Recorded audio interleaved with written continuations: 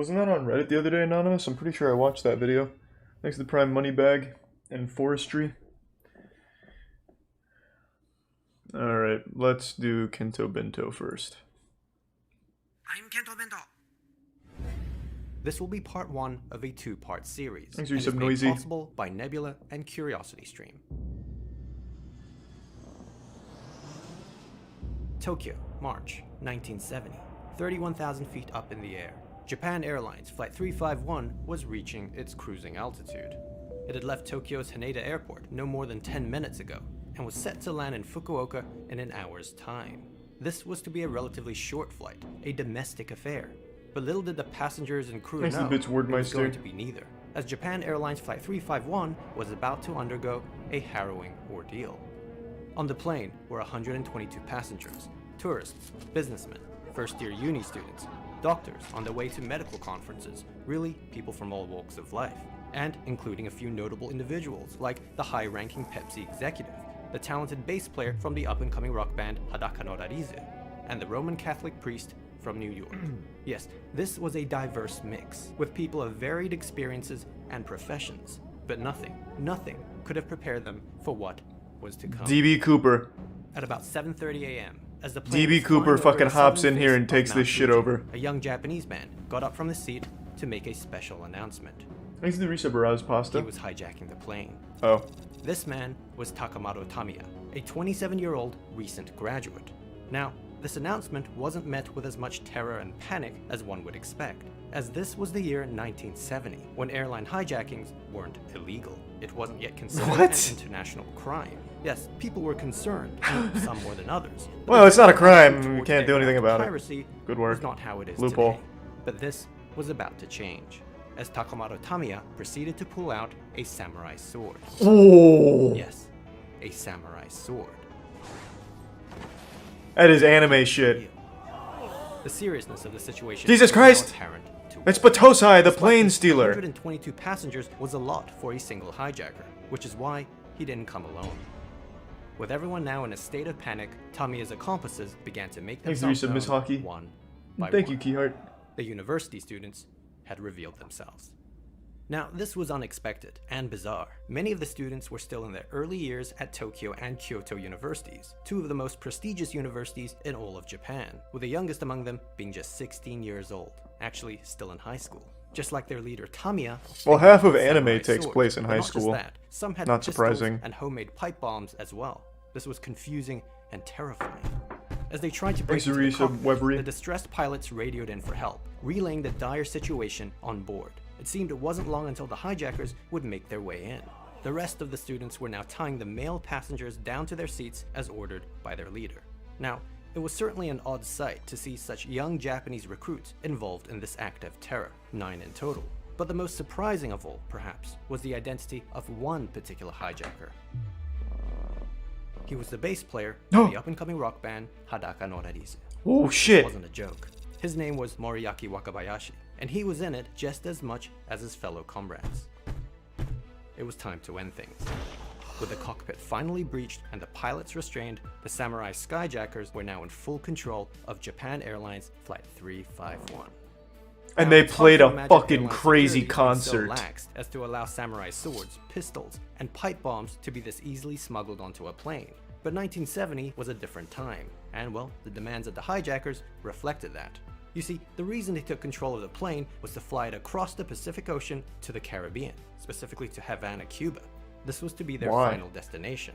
With Cuba being a communist haven led by revolutionary Fidel Castro, the 9 men wanted to make a grand political statement to the world, hijacking a passenger airliner right out of Tokyo and diverting it to Cuba, the country of their dreams. As members of the Japanese very surprising. Communist militant group hell-bent on overthrowing the Japanese government and the monarchy, they wanted to establish contact with revolutionary forces in Cuba so that they could receive specialized military training for the impending revolutionary war they would wage upon returning to Japan. They claimed they loved their country, and this was the only way. But on top of that, they were hoping the act would inspire and promote rebellion across the rest of Asia. And this was just the beginning. Really, they wanted to start a world revolution, and they were willing to advocate it through terror and violence. After all, they had already long threatened to wage civil war in Tokyo and Osaka, and had previously been involved in violent street battles and a few small-scale bombings. Hijackings were their next venture, and these 9 men, young men, were the frontrunners. They had been targeted and scouted from leftist student groups from universities across Tokyo and Kyoto, and were now ready and willing to give everything to the cause. This is a And wild this story. included Moriaki Wakabayashi, the bass player of the rock group Hadaka no Rarizu, which started off as a university band before their rise in popularity. Now, perhaps it was this very youthful inexperience and overconfidence that led to their first lapse in judgment, which awkwardly enough had to be explained to them by the pilot. You see, it was just not possible for the plane to make it all the way to Cuba, not even close. Why? Well, Japan Airlines Flight 351 was a Boeing 727 airliner, which was designed for short to medium range flights only, not for one making its way halfway across the world in a single trip. The plane was simply not We'll fuel constructed it with to cross the music. Pacific, much less to Cuba. And this was shocking to the hijackers, as they simply hadn't expected this turn of events. Thanks They for 5 needed a gift plan subs, B geek. fast, one that involved an alternate destination. But, well, even that appeared to be out of the question, as the pilots quickly informed them of an even more pressing concern. The plane was running out of fuel. They only had enough for the original destination, Fukuoka. Tamiya had to think on his feet. Time was ticking.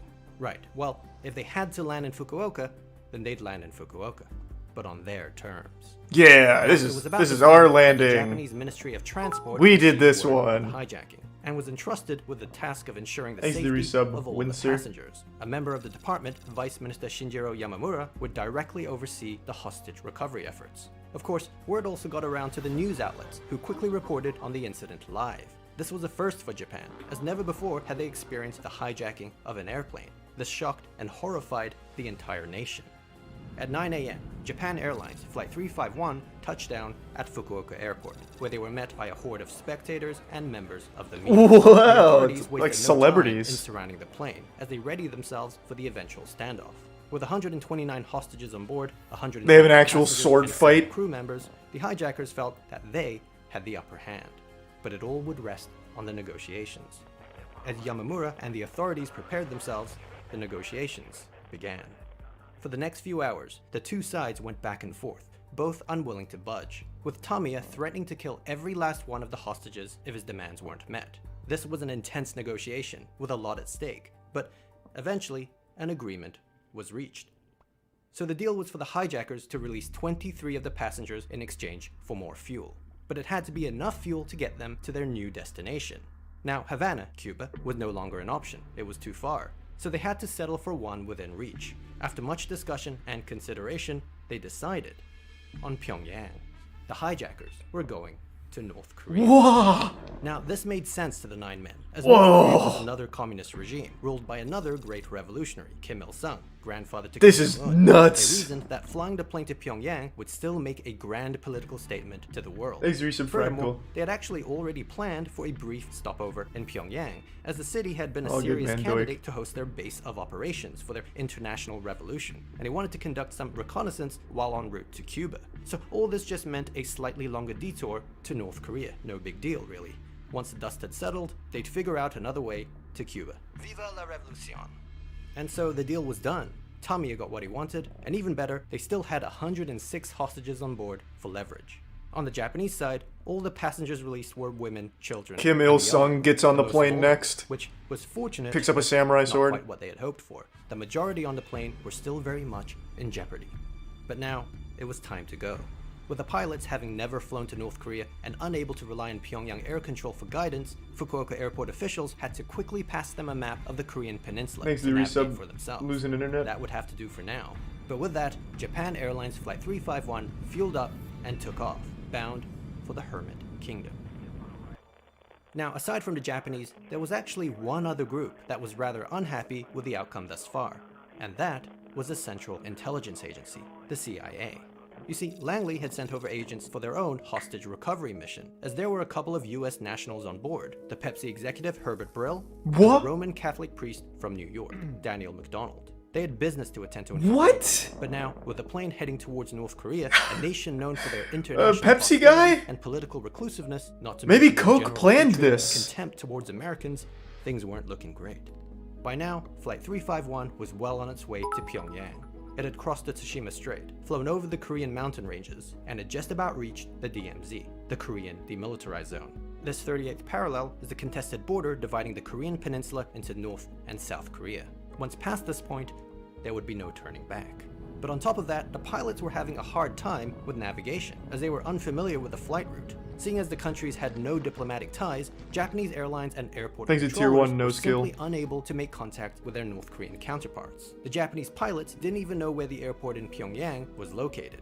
Sure, they were given a map by airport officials shortly before leaving Fukuoka, but they were astounded to discover it was just a basic line map taken from a junior high school textbook. It had little to no detail, certainly no aviation map. What the airport fuck? officials understandably had little They time to just prepare. condemned this plane. This was They ridiculous. said, fuck There them. was no way they could Give 'em fly my to North Korea child's using homework. this map. Moreover, the North Koreans had no idea they were even coming, a major cause for concern. It's common knowledge among pilots that the airspace above the DMZ. Well, this is a the no-fly 70s. It's not like zone, North with a Korea could long-running shoot it down. formal What are they gonna do, agreement take that any spitballs to aircraft it? entering could be shot down for any reason, with no grounds for redress. If this were to happen, it would surely precipitate an international incident. As such, the pilots tried desperately to make contact with the Pyongyang control Thanks to tower, Tier 1 attempting Jer. to warn them of their unique Hope you're having a good night, circumstances. HL2. Pyongyang, please respond. Pyongyang, this is JA Flight 351. Pyongyang, please respond. Nothing. The pilots frantically warned the hijackers of the potential fiery end they could meet if they were to fly any further, but Tommy insisted they continue. He was steadfast in their revolutionary mission, even proclaiming that North Korea was no threat to them, as he would personally recruit Kim Il-sung to the Japanese Red Army. if Makes need be. sense. And so, the pilots Pretty good had plan. no choice. With samurai swords pointing at their necks, and with permission yet to be granted by Pyongyang, Japan Airlines Flight 351 entered the DMZ. And Kim Il-sung was flying around like Superman.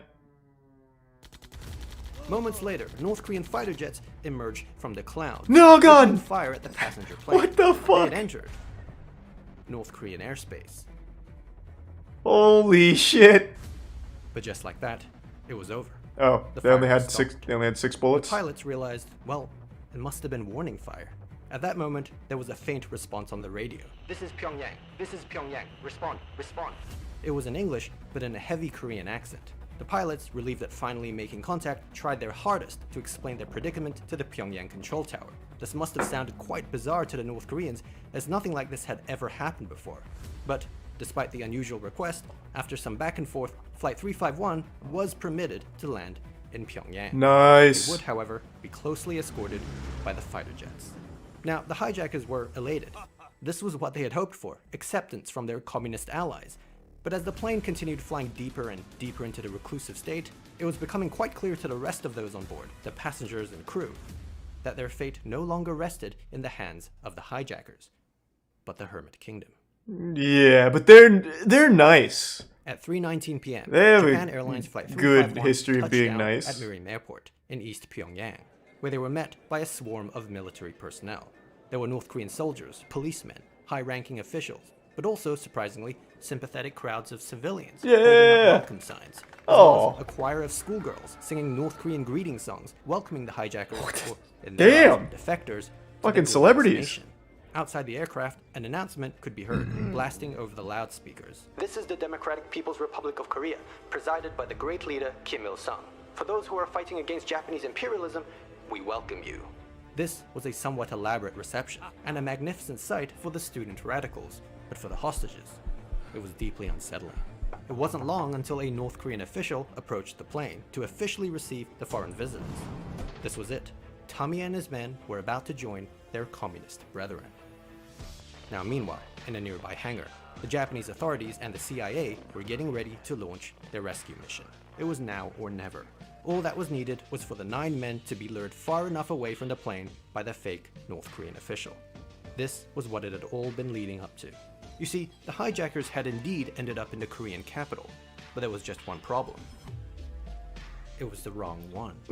Back in Fukuoka, the Japanese authorities and the CIA failed to recover all the hostages. The negotiations did not go as planned, but there was absolutely no way they were going to let 106 Japanese and American hostages fly right into the heart of North Korea. This is nuts. They opted for the Seoul. This They is knew they wouldn't fucking have long till the nuts. plane ended up in North Korean airspace. This is Death so Note they had shit. to think on their feet. Time was ticking.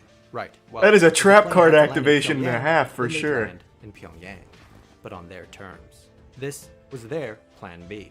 With the negotiations over, they sprung into action. First thing, they needed to get the South Koreans on board. If they were going to pull this off, there needed to be exhaustive cooperation between all three countries: Japan, the US, and South Korea. Something the hijackers could never have imagined. They had less than an hour to get this done. Now, on the plane, the pilots were attempting to navigate to Pyongyang, but they were astounded to discover the map they were given was unusable, a basic line map taken from a junior high school textbook. There was no way they could fly to North Korea with this. As the captain was about to throw the map away, he suddenly notices a handwritten note at the top corner. No aviation map, but tune into frequency 121.5 megacycles. He did as instructed.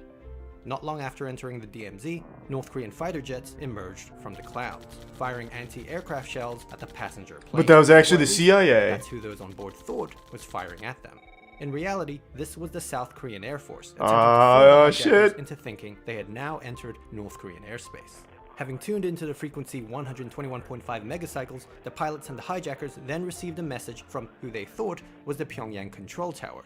"This is Pyongyang. Respond, respond," spoken in a heavy Korean accent. This was, however, sent by air traffic control in Seoul. This is like the most big brain plan ever. It's still unknown to the extent to which the pilots were aware of this ruse. Perhaps they were in the dark just as much as the hijackers, or perhaps they were key coordinators of the plan themselves. Regardless, what we do know is that following the instructions that were received on frequency 121.5 megacycles, the pilots were able to safely direct Flight 351 back across the DMZ, eventually touching down at Gimpo International Airport in Seoul. That was the reason for the rudimentary map, because the Japanese authorities never planned for the pilots to use it at all. They were never going to Pyongyang. This is now wild. The countdown was on.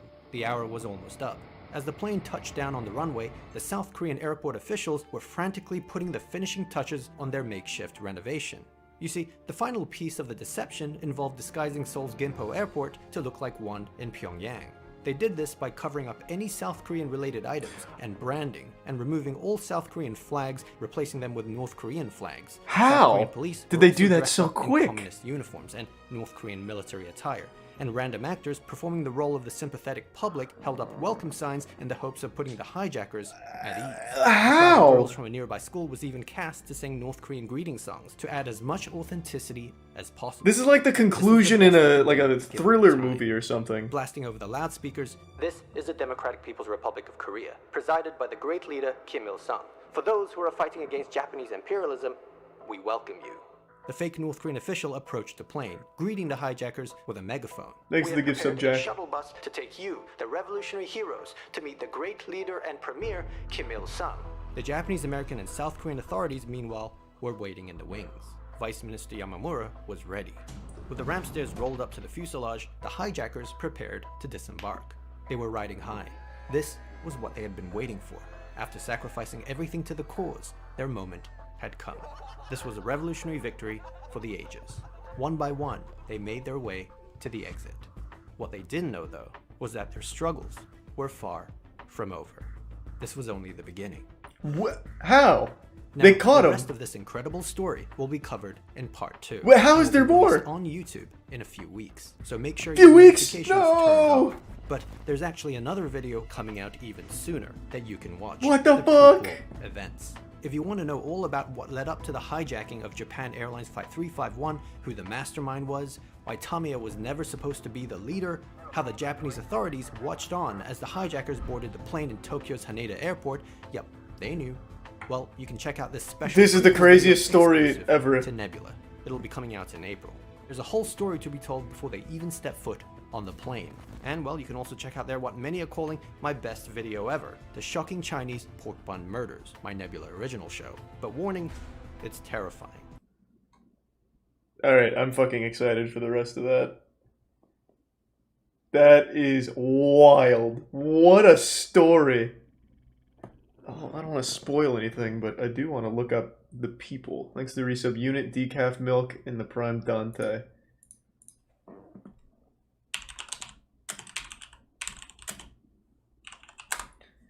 I've never heard of this. I'm not getting any information other than I just want to see what the people look like. Oh, there's no pictures on here. Okay, I don't want to spoil anything. Pork Buns is not on YouTube. It's a Nebula original. That's what he just said. It's not on YouTube. Nebula is another service that he does exclusive content for. Can't watch it.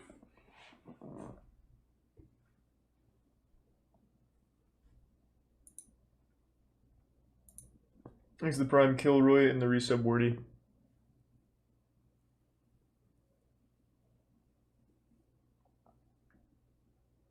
God, that was so good. Son of a bitch. What a story.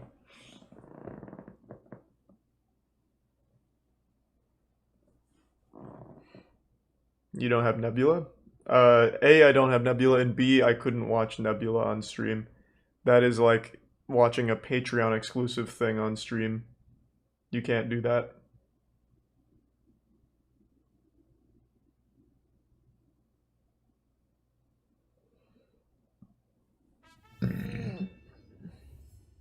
Hey, I appreciate that, connoisseur. Thank you for the kind words.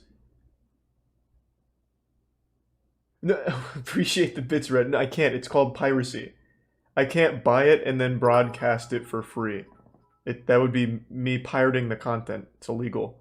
Just like I couldn't like broadcast the Logan or Jake Paul fight if I wanted to. It's illegal, even if I bought it. Thanks to the resub, sing a song. Mark McAnus in the Prime Garbage. I appreciate that. Thank you, and good luck on your project, Anus. Thanks to the resub, Wheela. Oh, speaking of that fight, who won? Did Jake Paul beat Vin? Certainly hope not. That was tonight, right? It's tonight, as in Saturday.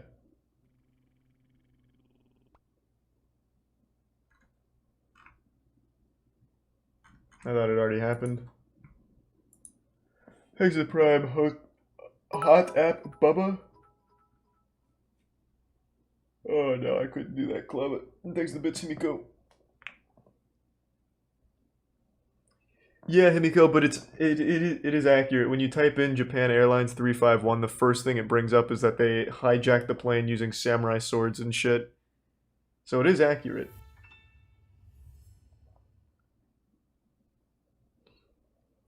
Thanks to the Tier 1 Captain Dish Soap.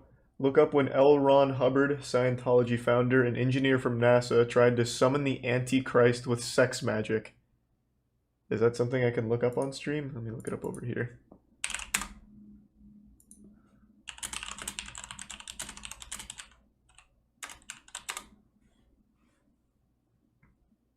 I don't see that video anywhere.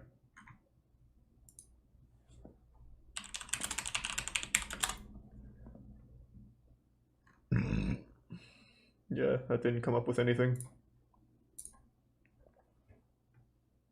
The Logan Paul versus Mayweather fight.